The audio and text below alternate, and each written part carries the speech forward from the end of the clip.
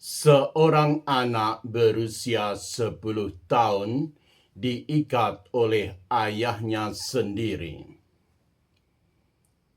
Ayahnya mengangkat pisau. Anak itu bertanya, "Bapa, di mana anak domba untuk korban bakaran?" Ayahnya menjawab, "Allah yang akan menyediakan." Anak itu tidak melawan. Ia percaya kepada ayahnya dan melalui ayahnya pula ia percaya kepada Tuhan. Siapakah anak itu? Ia adalah Ishak, anak yang lahir dari tawa, yang hidup di bawah bayang-bayang Bapa yang besar. Hari ini kita akan menelusuri jejak Ishak. Tokoh Alkitab. Selamat datang di channel Tokoh Alkitab. Tema hari ini, Ishak, anak yang lahir dari tawa. Pengantar. Ishak, nama yang artinya tertawa. Dari ketiga patriark besar, Abraham, Ishak, dan Yakub, Ishak merupakan yang paling sedikit kisahnya. Ia tidak melakukan perjalanan jauh seperti Abraham. Ia tidak bergumul dengan malaikat seperti Yakub. Ishak terlihat biasa, pasif, bahkan ada yang mengatakan lemah.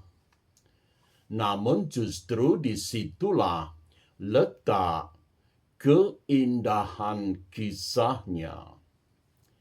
Ishak mengajarkan kita bahwa tidak semua panggilan Tuhan harus dramatis.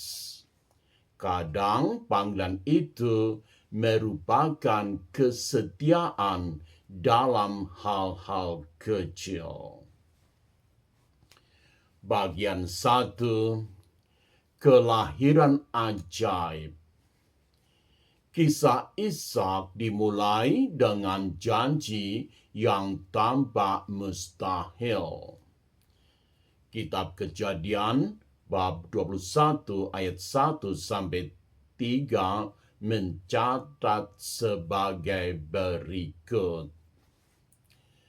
Tuhan melawat Sarah seperti yang difirmankannya. Lalu Sarah mengandung dan melahirkan seorang anak laki-laki bagi Abraham dalam masa tuanya. Abraham menamai anak laki-laki itu Ishak. Sarah sudah menopause. Abraham berusia 100 tahun. Secara medis, situasi seperti ini tidak memungkinkan memiliki anak. Namun Tuhan melakukan apa yang mustahil. Kejadian 21 ayat 6 mencatat reaksi Sarah. Allah telah memberikan aku tertawa, dan setiap orang yang mendengarnya akan tertawa karena aku. Ishak lahir dari tawa ketidakpercayaan yang berubah menjadi tawa sukacita. Pelajaran pertama, Tuhan tidak pernah terlambat. Bagian 2, sisi gelap. Meniru dosa ayah. Ishak sebagai manusia tidak sempurna. Bertahun-tahun kemudian, saat terjadi kelaparan, ia pergi ke Gerar. Ia melakukan hal yang sama dengan ayahnya. Kejadian 26 ayat 7 sampai 9 mencatat sebagai berikut. Ketika bertanya orang-orang di tempat itu tentang istrinya, jawabnya, "Dia adikku." Sebab ia takut mengatakan, "Ia istriku." Jangan-jangan aku dibunuh karena Ribka sebab cantik parasnya. Ishak berbohong persis seperti Abraham di Mesir. Abimelek, raja Filistin, melihat Ishak bermesraan dengan Ribka dan menegurnya.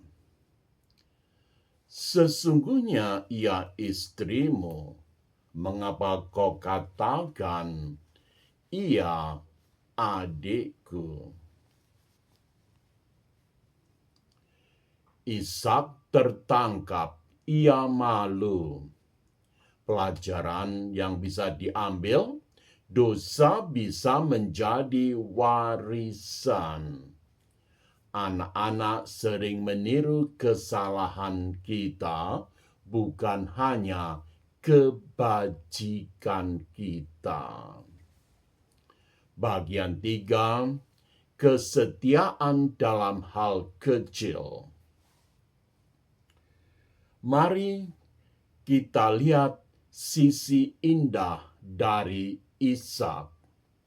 Ketika ia berusia 40 tahun, Abraham mencarikan istri baginya.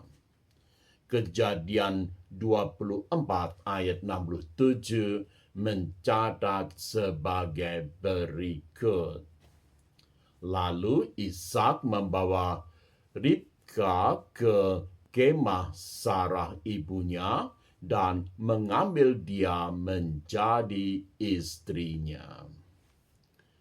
Demikianlah Ishak mengasihinya dan ia terhibur setelah kematian ibunya. Ishak tidak mengejar Ribka. Ia hanya menerima apa yang Tuhan sediakan dan mengasihinya dengan setia.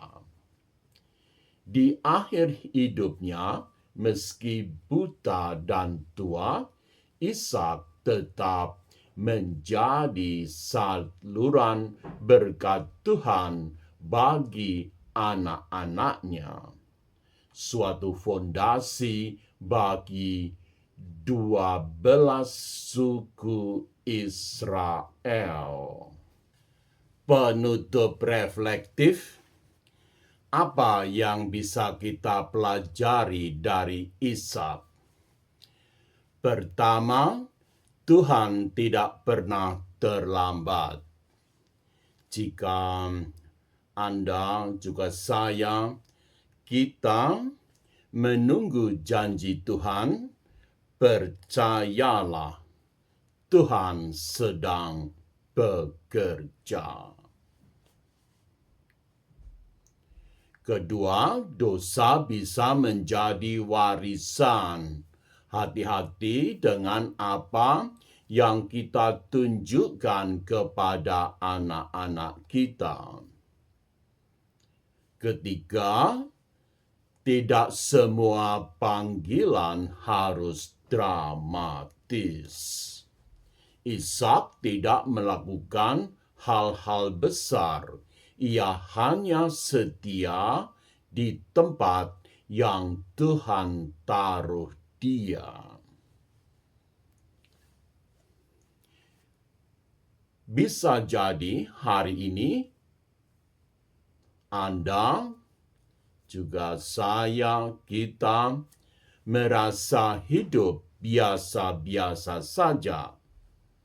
Tidak ada mukjizat yang spektakuler.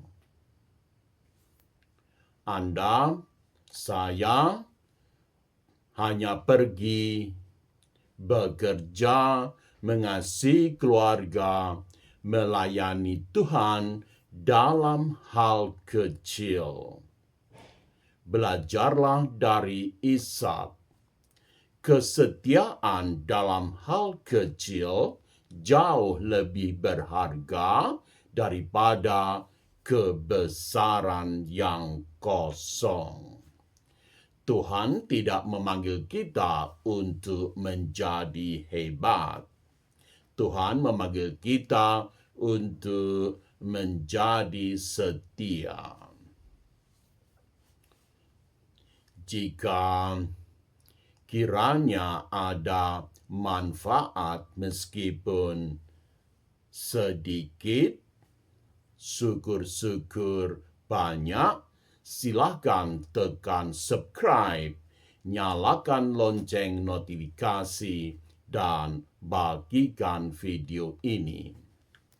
Di episode berikutnya kita akan menelusuri jejak Yakub, anak yang menipu hak kesulungan kakaknya yang bergumul dengan Tuhan semalam suntuk, dan yang namanya diubah menjadi Israel. Sampai jumpa di jejak berikutnya. Tuhan memberkati Anda semua.